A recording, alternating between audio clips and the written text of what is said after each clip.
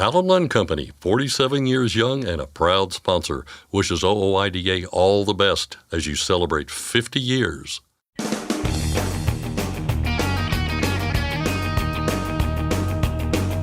OOIDA, representing America's truckers since 1973, presents Landline Now with your host, Scott Thompson. Thanks for tuning in. You're going to hear a lot about speed limiters over the coming months, and that includes on today's show. That's because FMCSA is getting close to providing new information about its proposed mandate, which is still moving ahead as planned, unless something puts a stop to it. And we'll talk about a couple possible somethings on today's show. Ashley Blackford will have some background on the latest attempt in just a bit during our newscast. And then again, Colin Long of OOIDA's Washington, D.C. office later on in the show for some added context, analysis, and a call to action as opponents try to get some momentum behind the effort. We're also going to get into the latest fraud scheme involving the MCS 150 that unfortunately ensnared a mom-and-pop trucking company. And we'll also check in with our friends at the American Transportation Research Institute about their new report that details just how high operational costs have gone in recent months. So lots of interesting and important stories today. But first, the news with Ashley Blackford. Thanks, Scott. A vote will be held tomorrow on a DOT spending bill that could stop a possible speed limiter mandate. The House Appropriations Committee will vote.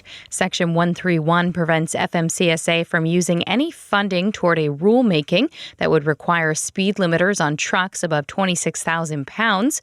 OOIDA has sent a call to action for members whose representatives serve on the committee and will be voting tomorrow.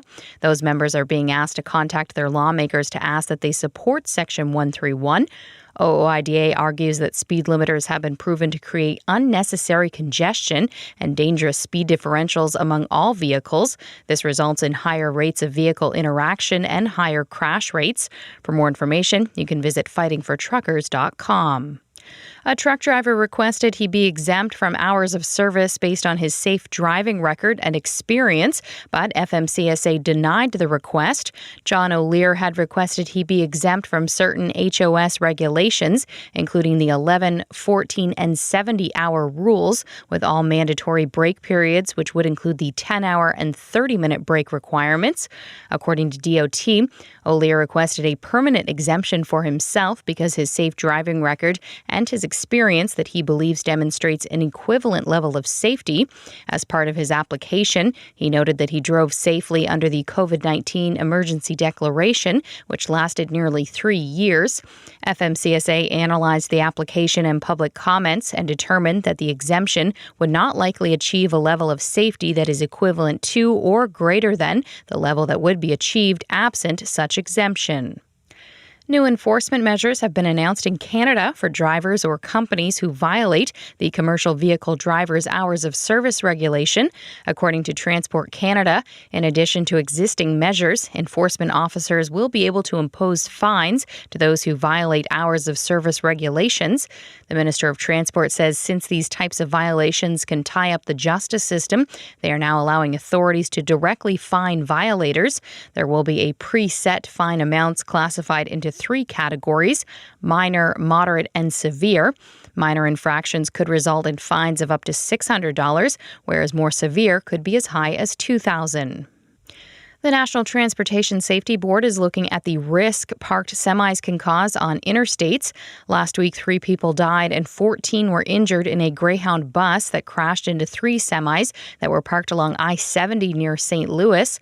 According to the Associated Press, one of the truck drivers was forced to stop for the night or risk violating federal regulations. A nearby rest area was full, so he was forced to park on the wide shoulder of the exit ramp. Just before 2 a.m., the crash occurred. 3 of the 22 bus passengers were killed and 14 other people, including the driver, were injured. The NTSB is trying to determine what caused the bus crash. The article states that investigators are specifically looking at the safety risks posed by trucks parked on ramps. The Owner-Operator Independent Drivers Association has been calling for more truck parking for many years now. OOIDA's Director of Government Affairs, Colin Long, was quoted in the article saying that truckers are often faced with parking on a ramp or finding a remote location off the highway, which has its own dangers. $4 million worth of methamphetamine was found in the roof of a tractor-trailer recently by U.S. Customs and Border Protection officers at a port of entry facility in California. On July 6, CBP officers encountered a 46-year-old man driving a tractor-trailer and seeking entry into the United States from Mexico. During initial inspection, the officers referred the driver and tractor-trailer for further examination. In the examination area, the tractor-trailer was screened with non-intrusive inspection technology. The screening revealed anomalies that led CBP officers to conduct a thorough inspection of the trailer's roof panel. CBP officers subsequently discovered and extracted a total of 138 packages concealed within the roof. The contents of the packages were tested and identified as methamphetamine with a total weight of 1,815 pounds and an estimated street value of nearly $4 million. CBP officers seized the tractor-trailer and narcotics, while the driver was turned over to Homeland Security investigations for further processing. As temperatures rise, the American Petroleum Institute is reminding drivers about proper storage of diesel exhaust fluid. Jeff Harmoning with API says DEF has special requirements in order to maintain the quality. Those requirements include proper storage at the proper temperature. DEF has to be stored at a particular temperature. And just to give you an idea, ultimately, if you're storing your DEF at a temperature that is, room temperature, so to speak, 77 degrees thereabouts, your DEF can have a shelf life of 12 months or longer.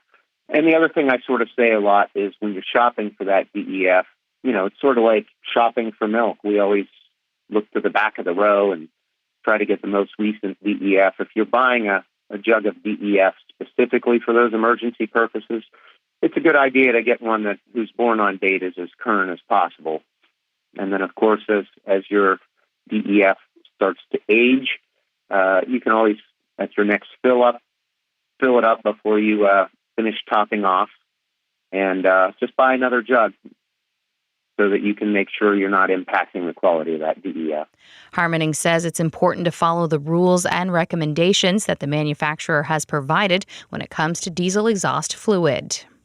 If you work for or have worked for Parts Authority or Diligent Delivery Systems, you may be owed some money.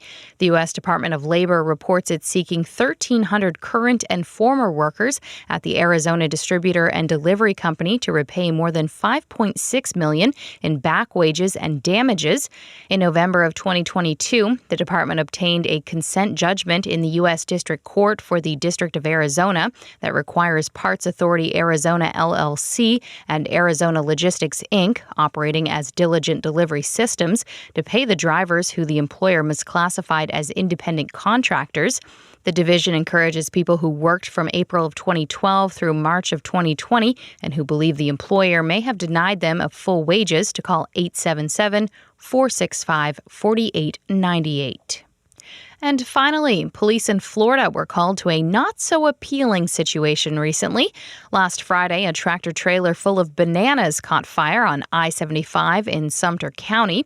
According to UPI, the driver was able to pull the truck over to the shoulder of the road. No injuries were reported. Motorists were asked to use caution driving through the area as cleanup crews picked up the scorched bananas. That's Landline Now News for today. I'm Ashley Blackford. Thanks, Ashley. Coming up next, the scammers keep coming up with new ways to trip up truckers. The latest scheme involves the MCS 150, and while there are some new safeguards in place to protect people, there are also some things you should be doing right now to protect your information and your business. That's next on Landline Now. Stick around. We'll be right back.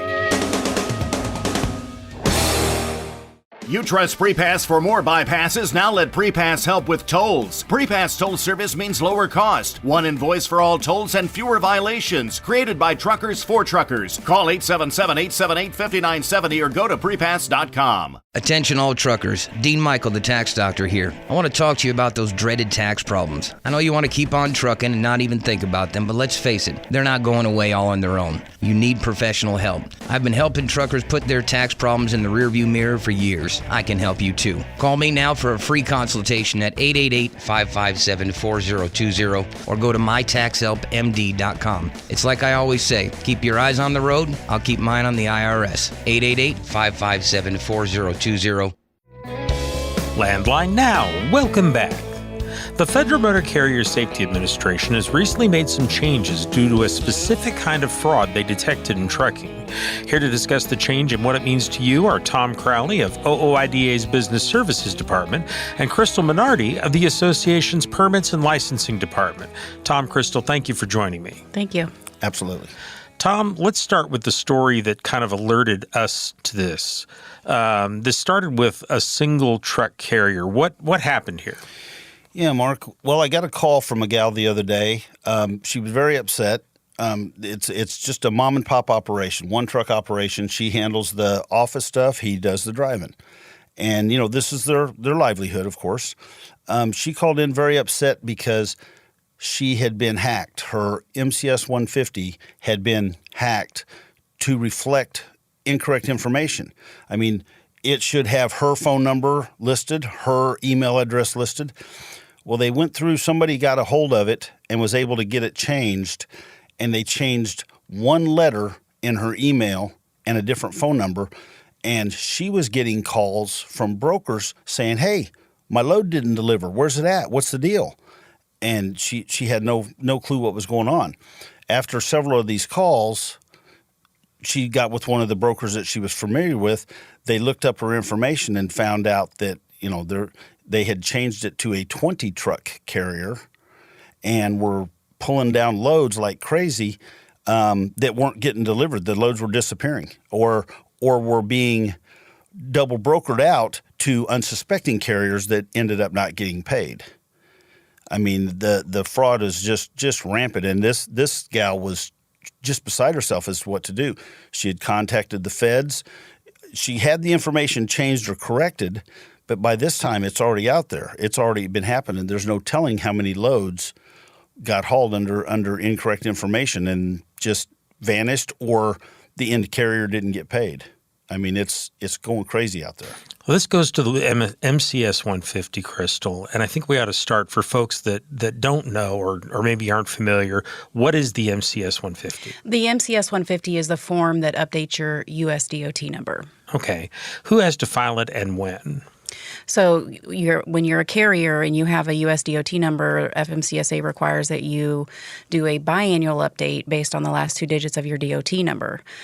We always advise that you do it every year in your month because of vehicle mileage, but especially right now with all these scams going on, it's something that we want to say, hey, let's prioritize, take a step back, and look into what does your DOT number look like every month at least. The very least.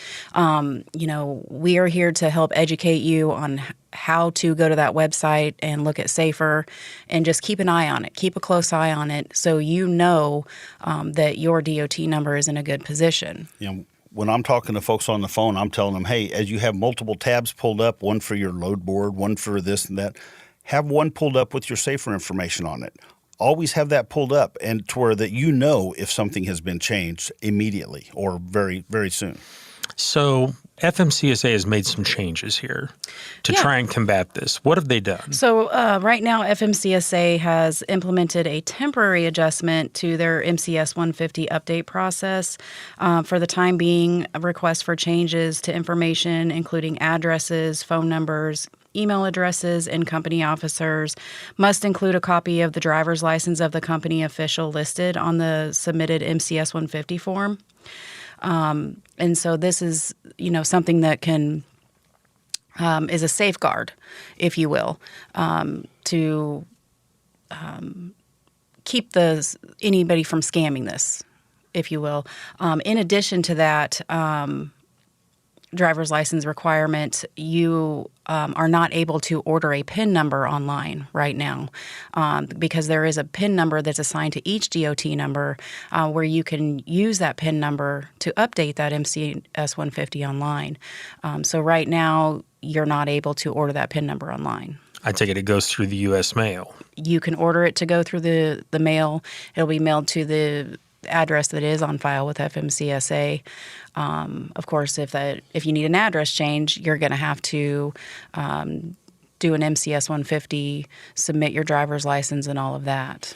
And of course, if your information, if the MCS 150 has already been hacked, that address can be changed, the email can be changed. I mean, your information, when you order a PIN number, it can be going to the wrong person if you're not checking your information to make sure it's correct. Before you request that PIN. Before you request that PIN number, absolutely. Because otherwise, you're gonna send it right out to the people that are trying to scam everybody anyway. Right. Now, let's talk a little bit about avoiding this problem in the first place. What's some advice we can give people for trying to make sure that this doesn't happen to them? You mentioned, of course, going to the safer side. And that's where you start at, is at the safer site and the LNI, the licensed and insurance site. Check and make sure your information is correct and up to date. And this is a double-edged sword, because we tell people all the time, go there and make sure your information is up to date. If you add more trucks, you want to update that. Yet you want to safeguard from other people being able to update it and hacking in. And as we know, the Fed system has been hacked multiple times. I'm not even sure they're aware of how many different ways people have to get in to some of this information. So, number one, verify that it's correct.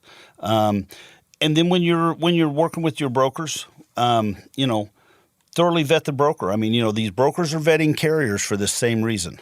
They're checking their inspections to make sure they've got trucks. They've actually have trucks. That's the reason. And we get a lot of folks call up, say, "Hey, brokers won't load me because I don't have any inspections listed on my safer site." Well, that's why they want to see those, because they want to see that you actually have trucks. And a lot of things can be falsified, but that roadside inspection that's done by a DOT cop, a DOT officer, that can't be falsified. That's uploaded by that cop to the safer site, and so that's a verification that you have trucks. Well, on the flip side, you want to verify that broker's information. You want to verify the email addresses. You want to make sure, letter by letter, dot by dot, that everything is correct. You want to look at the domain names for these email addresses. You want to look at the format of the email address and make sure it's the same as is what's listed on the broker's website. You just want to dig through all the details to ensure that the broker is who they say they are. Next up is you want to be wary of brokers who easily up the rate. If you call them up and say, "Hey, maybe, but we're going to have to get a little more money." If they throw you more money just easily, because as we know, brokers don't easily throw out money. Yeah. So if they just easily throw you some more money, that's a red flag. And it's difficult because carriers are struggling out there. They need some money. And so when they find a load that pays decent, they may be more apt to not ask as many questions, when the contrary is true. They should be asking more questions, checking it out. Verify the broker's authority is active. Go to the LNI website. Make sure their information is accurate. Confirm they have bond coverage in place. And you can also check that on the LNI site. Confirm the broker's phone number, and call the phone number back from the license and insurance site to make sure you get the same people as the folks that called you. Because they can call you and they can say a lot, but if you go to the Fed's website, the LNI site, pull their phone number and call that number, well, you should get those same people. And if you don't, that's an issue. I mentioned the email addresses. Make sure that they match, and the domain names. Just basically, if something smells funny, ask questions. If it doesn't set well in your gut, there's a reason why, and trust your gut. Because it's much better to ask questions on the front side than trying to figure out how to get paid on the back side. I want to go over some things that you said in there, Tom, and one of them is domain name. For folks that just aren't that computer savvy, what do we mean by domain name? Well, the domain name, like OIDA's domain name, is at it. My email address is tom_crowley@ooida.com. So it's that domain name. It's that suffix. Right. Suffix. Yes, yeah. Correct. You want to make sure that that's correct, because we've seen situations where a broker, they use maybe their initials for their domain name. And then a fraud broker will spell their whole name out and have it at Gmail or something like this. And that's another one.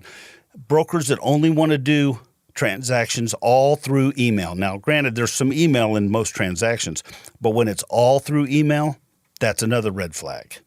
There's just so many ways. And of course, if it's a Gmail at gmail.com, at yahoo.com.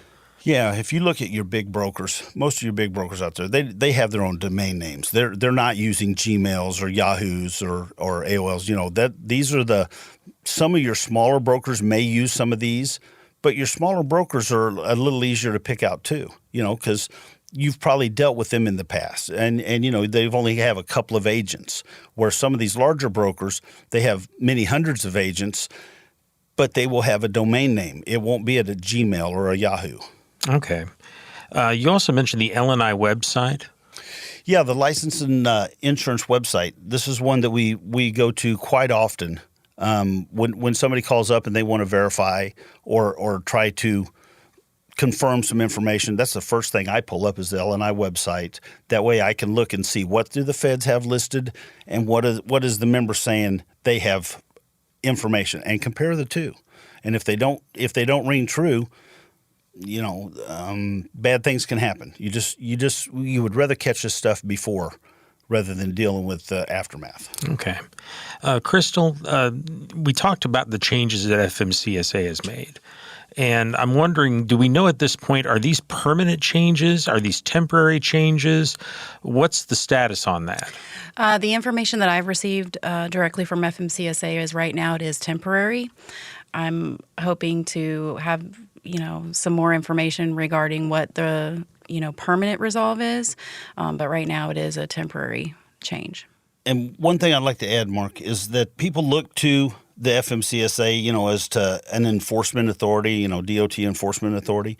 When it comes to the fraud that goes on out there, the broker carrier, both the fraud that's all around out there and rampant, the feds don't have much going in for them as far as enforcement. They don't have so much of this, as we know, comes from outside the U.S. There's not a way for them to enforce some of this stuff or to even catch some of these people. So it's really up to you, the individual, the small motor carrier, to do your due diligence and make sure that you are doing what you need to do to not get scammed. Because if you get scammed, there's really not a lot of recourse. I mean, you may be able to file on a bond.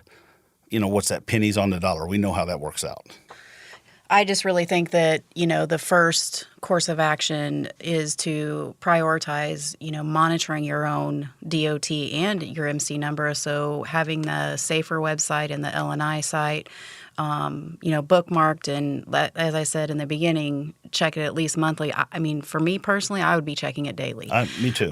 Just to make sure that everything is correct. And the minute something goes wrong, that's when you start taking further actions. Okay. I want to thank you both very, very much for all the information. It's very helpful, and hopefully we help someone out there. Thanks, Mark. Thank you. I've been talking with Tom Crowley of OOIDA's Business Services Department and Crystal Minardi of the Association's Permits and Licensing Department. And folks, we will have those two websites, the SAFER website and the L&I website, linked on our website, landlinenow.com. I'm Mark Reddick, and this is Landline Now. Firestone tires are for more of everything. More miles for every tire dollar, and more confidence in your fleet. At Firestone, we help fleets save with dependable value. Find your local Firestone dealer today at firestonetire.com/dealer. Ready to make more money? Use a better load board. For a limited time, get 50% off Truckstop Load Board Pro. Just go to truckstop.com/go and enter promo code READY2023 when you purchase Load Board Pro. Welcome back to Landline Now. If it feels like the cost of doing business keeps going up, there's good reason for that, because it is. And that's made abundantly clear in the American Transportation Research Institute's latest report on operational costs. For details, we turn to Alex Leslie. Alex is a research associate with ATRI, and he joins us on the line now. Alex, how you doing? Thanks for having me. Thanks for speaking to us. We always learn something every time we talk to you, and I think we're going to learn something on this topic as well. So this report, it's called An Analysis of the Operational Costs of Trucking, and we're going to get into all that you and your colleagues there at ATRI found in terms of numbers and trends and this and that. But first, I want to get into what exactly you were trying to find. Obviously, you've had this report before. And exactly how you go about finding it. I understand there was a record number of responses this year, right? That's correct, yeah. And a record number, I'll add, of owner-operators participating this year, too. So this is a report we do every year, and it's because there's a huge demand for it. People need to know the costs of trucking. They need to be able to benchmark their own costs. And again, that's whether you run one truck or 1,000 trucks.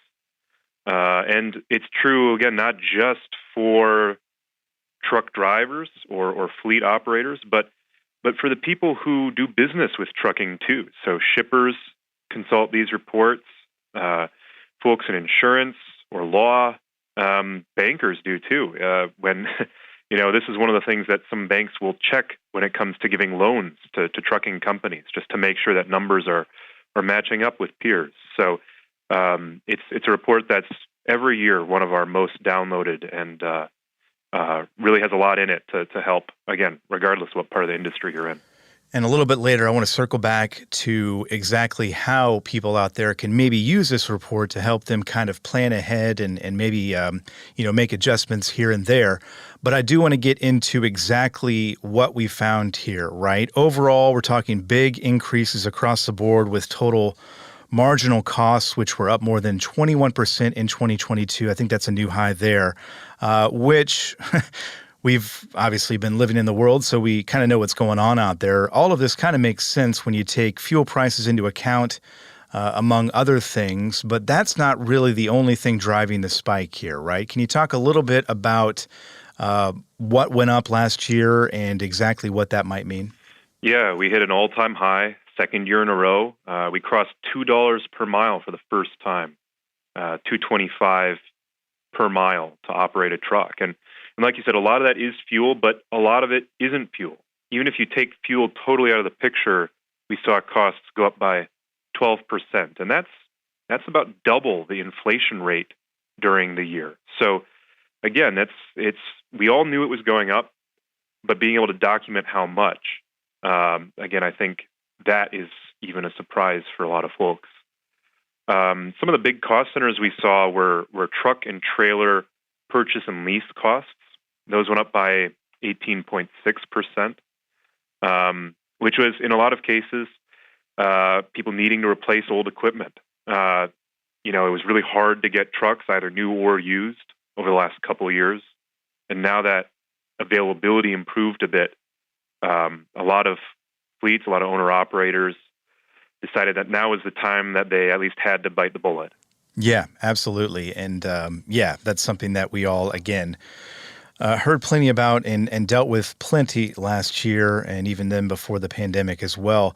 We're talking about higher operational costs, understandable to a degree and fine, really, honestly, if rates and wages are keeping up. But they aren't, right? And this report looks at that aspect of this as well. How far behind are the rates and wages, trailing in terms of operational costs and the way they're rising? Well, we saw wages go up by 15.5%. And that's for company drivers. That's huge. It really cannot be overstated. That's a greater rate of increase than even we saw in 2021. It outpaced just about it outpaced the average for the economy as a whole. So that's a strong sign, and it's partly to prevent turnover. It's partly maybe to play catch up here and there, but wages going up. We saw benefits stay about flat. They increased by just a hair, but that often happens in difficult economic times where you'll see wages continue to go up because companies want to keep drivers, but because they're uncertain about the longer-term economic outlook, the benefits they try to sort of keep at a relatively stable rate. When it comes to operating ratios or operating margins, we did see those decline. That said, we still saw averages of about 6% or higher in all of the sectors that we track. So again, we saw that rates for shipping did decline farther, of course, over 2023. But in terms of rounding out 2022, those numbers weren't terrible. And they did decrease a bit more for small fleets, but that is partly because small fleets and owner-operators enjoyed such a strong 2021 with the spot market rates as high as they were. Right. Yeah. Things definitely came back down to earth and continue to here in 2023. With regard to owner-operators, you talk about wages there and benefits. Obviously, the margin, profit margin is much smaller for smaller fleets and owner-operators out there. Did the report kind of delve into that? You mentioned you did get a lot of feedback from owner-operators. Did you get a good sense of where they stand in terms of dealing with the rising cost of operations? Yeah, a lot of the owner-operators who participated data with us we're still seeing pretty healthy margins. And they when we went out and contacted them specifically to ask about what are you seeing on the ground, a lot of them said, I know it's sort of bad overall, but I've been able to, find the loads that fit for me. I've been able to find the loads that have rates that work for me. And I will say this, a lot of owner operators and small fleets that do contribute data to this research, they know what they're doing, right? They've looked at benchmarking reports like ours before. Some of them are, repeat contributors of data.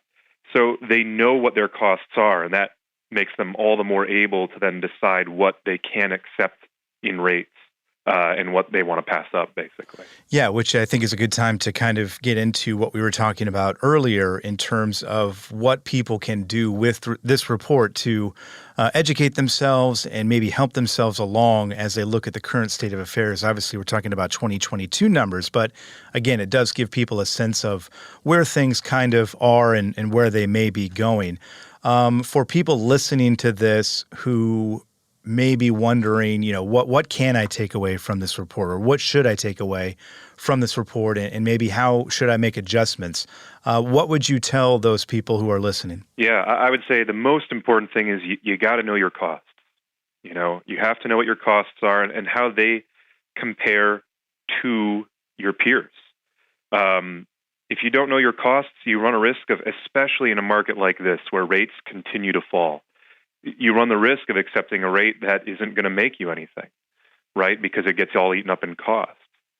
And similarly, if you don't know what your peer costs or what industry costs look like, you don't necessarily know if other people are going to compete on those rates. So being able to know what those trends look like, again, this is what benchmarking is all about, puts you in a position where you can make smart decisions on the rates that you accept, but also on the costs that you incur, how much you want to spend on repair and maintenance.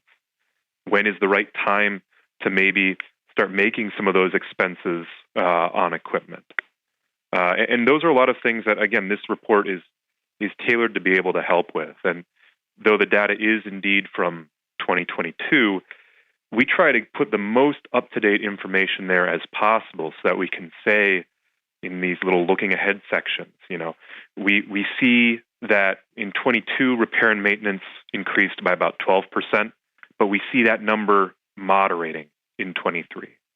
Or we saw insurance moderate last year, but we're thinking that the indicators look like it's going to be going up in 2023. So we try to do a little bit of forecasting. There's no crystal balls involved, of course, but we try to at least help indicate where those trend lines are moving.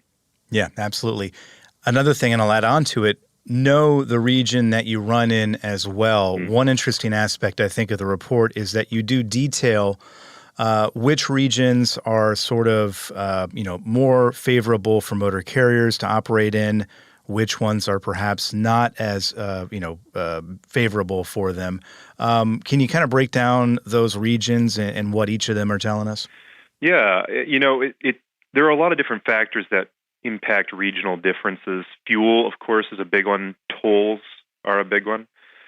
Some factors make more difference to different parts of the industry. So, something like a company driver wage, obviously that is more of a factor for some of the larger fleets as those costs add up. Owner-operators going to be less worried about that and more focused on the toll expenses, probably how those add up per mile, and of course fuel. We tend to see that the Northeast has the highest toll costs. Fuel costs, we've seen them high. It was an unusual year. So fuel costs are all over the place, but they do tend to be higher in the Northeast as well and on the West Coast too. But overall, actually, the Southeast we saw over the last couple of years has become increasingly expensive to operate in as a sort of year-over-year trend. So that's one other factor we're watching. Yeah, absolutely. So just listening to you talk here, Alex, if you look at this report kind of at face value and you see that operational costs and, total marginal costs are at record highs here, new highs, you would think, that's horrible news, it's bad news. But listening to you speak, it's not necessarily a sky is falling situation that we find ourselves in. It may feel like that, certainly, for a lot of people out there. But the takeaway, at least that I'm sensing here, and correct me if I'm wrong here, but I do get the sense that this report doesn't show necessarily that we are in a worst-case scenario. Is that right? Yeah, I think that's correct, Scott. And again, I do want to say that, of course, rates have continued to come down over 23, and the big question mark is how the second half of 23 is going to end up looking, right? It's I think the duration of this trough is going to be the real question for a lot of us. But certainly based on the 22 data, we saw a lot of healthy signs. And I will add that one of those signs, too, is we saw a lot of improvements in operational efficiencies. We track things like dwell time, deadhead mileage. We track turnover or drivers per truck, a few other metrics, too.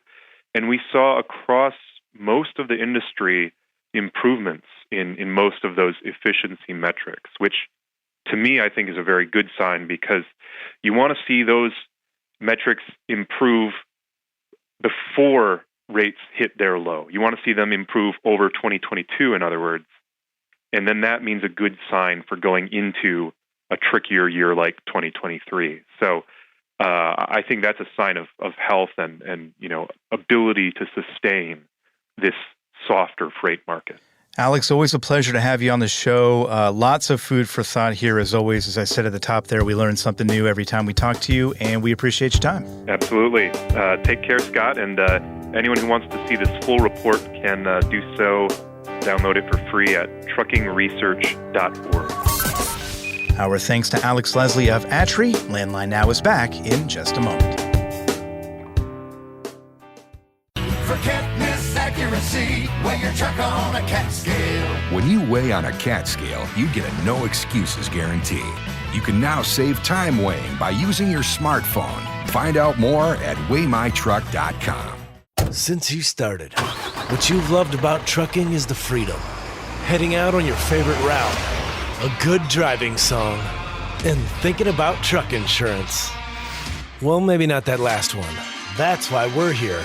At OOIDA, we have a full range of truck insurance products, expert advice, and great customer service, helping you get the right coverage for your operation. Go to OOIDA.com because your job is to drive. Our job is to help with everything else.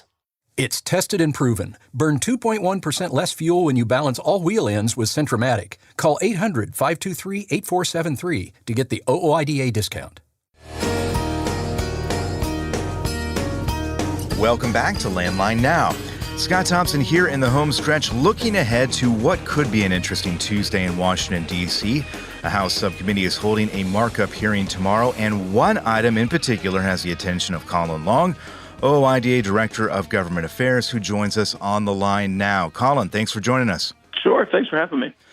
Before our listeners fall asleep at the mention of a markup hearing within the House Transportation and Housing and Urban Development Subcommittee, we're going to wake them up by saying that this is about speed limiters and a new attempt, right, at blocking FMCSA's bid for a mandate on heavy trucks.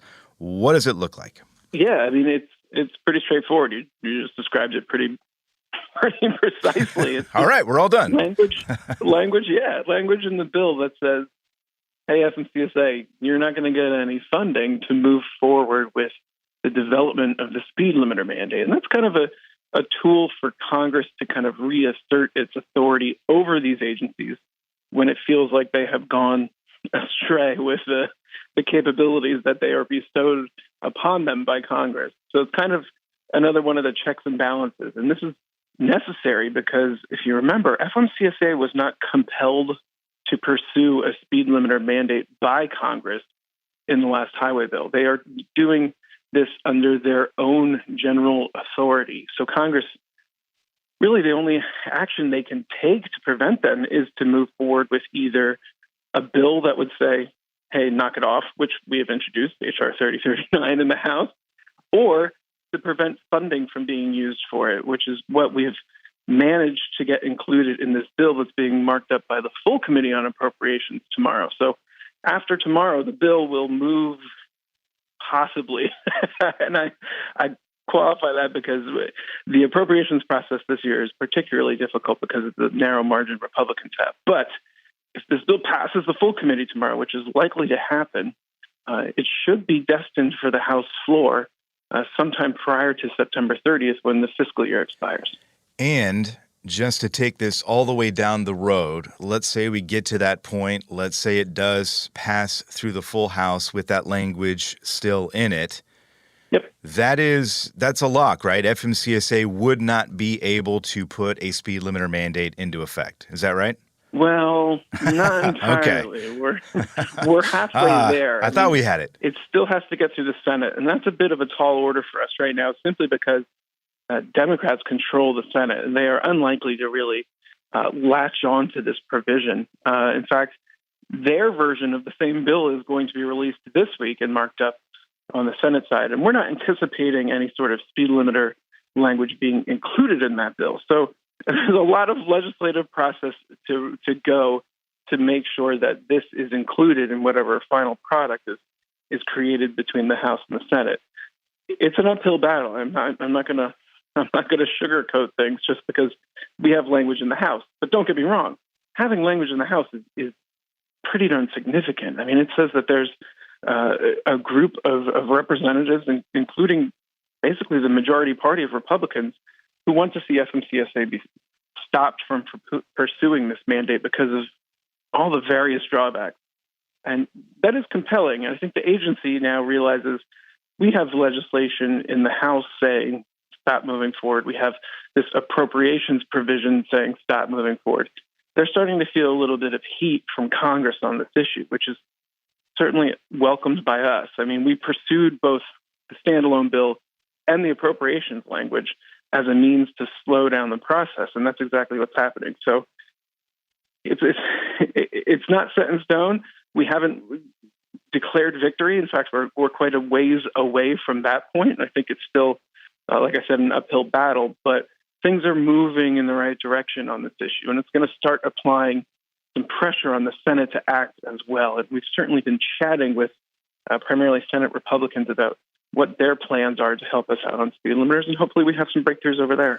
I want to circle back to something you brought up there briefly just a moment ago, and that being Representative Josh Brackeen's bill on speed limiters, because when I first saw this news last week, when this was first being discussed here, at least first came up, I myself was a little bit confused at the start, thinking that this might have been related to that bill. This is a separate effort altogether. Yep. The fact that you're fighting this now on a couple of fronts there in the House, obviously, I would imagine, helps make your case to those who are willing to listen to it. Absolutely. And just to clarify, I mean, the Brackeen bill is basically saying, FMCSA, you no longer have permission to move forward with this rulemaking. The appropriations language is saying, FMCSA, you're not allowed to use any money to move forward. So it's just two different ways to skin the cat. Both can be fairly productive, and both can really start getting the ball moving in the other chamber of the Senate. And that's really what we're hoping for with this, because the House now has two pieces of legislation that say, FMCSA, stop moving forward with the speed limit mandate. We're still waiting for someone in the Senate to move forward on similar proposals, and we're hoping that in the next day or two, when the full Committee on Appropriations in the House passes this bill, that'll give us some momentum in the Senate, because, like I said, we need both chambers to weigh in on this to have a hope of stopping it through the legislative process. Obviously, you've got a bit more momentum in the House right now. Sure. In terms of momentum in the Senate, I know these are discussions that you have all the time with staffers in these Senate offices. Mm-hmm. Are you getting support? Are you hearing words of support from the people that you talk to there? Are you feeling good about maybe getting this issue more front and center there in the Senate? Because as of right now, the House, we're hearing a lot of action there, not as much in the Senate. You're right, and I think we feel pretty confident we can get some action in the Senate relatively soon. I'm not going to say too much because I don't want to get ahead of myself, but we're hopeful that the conversations we've already have been productive, and the pressure coming from the House now that there's moving two legislative proposals on this, we hope that kind of tips the scales in the Senate, but we'll have to see. And I keep reminding folks, don't forget the Senate is run by Chuck Schumer, a Democrat from New York. I don't think he's necessarily interested in seeing FMCSA be stopped in moving forward with a speed limit mandate. So it is a tall order over there. And to be quite honest, tomorrow's markup at the full Committee of Appropriations, it's likely someone's going to offer an amendment to strip this provision now. It's more difficult to get something removed from an appropriations bill than it is to get it into it. So we're in a good position because we already have the language in there. But we're probably going to have to defend against efforts to strip this provision from the bill before it reaches the House floor. Yeah, that makes sense. We got about a minute and a half here, Colin. We are obligated, I feel like, maybe not obligated, but we do have to remind people out there that reaching out and making sure the representatives know about this issue is important. Yep. And I know there was a call to action recently. Yep. Kind of walk us through that.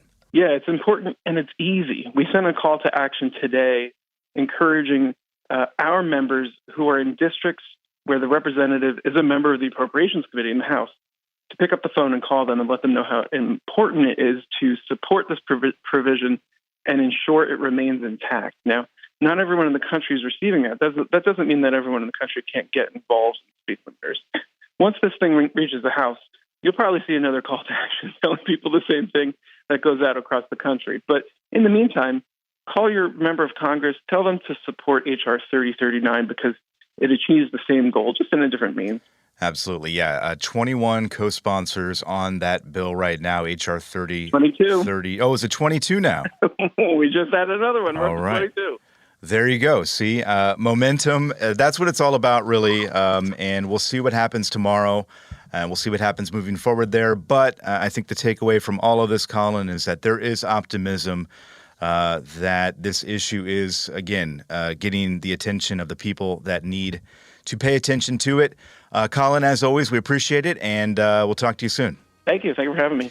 And that's our show for today. We're back tomorrow with another. In the meantime, check out landline.media for all the latest news and analysis out of the trucking industry. Thanks for listening, and take care.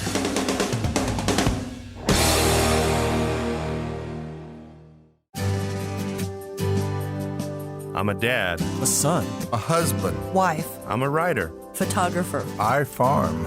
I'm a veteran. I love old cars, fishing, my kids, chrome, and I am a professional truck driver. And together we are OOIDA. OOIDA was founded by truckers to stand up and speak on behalf of truckers. We've done that by combining the individual voices of our members into a single, powerful voice. Protecting your interests, defending your rights. Join us! Make your voice heard.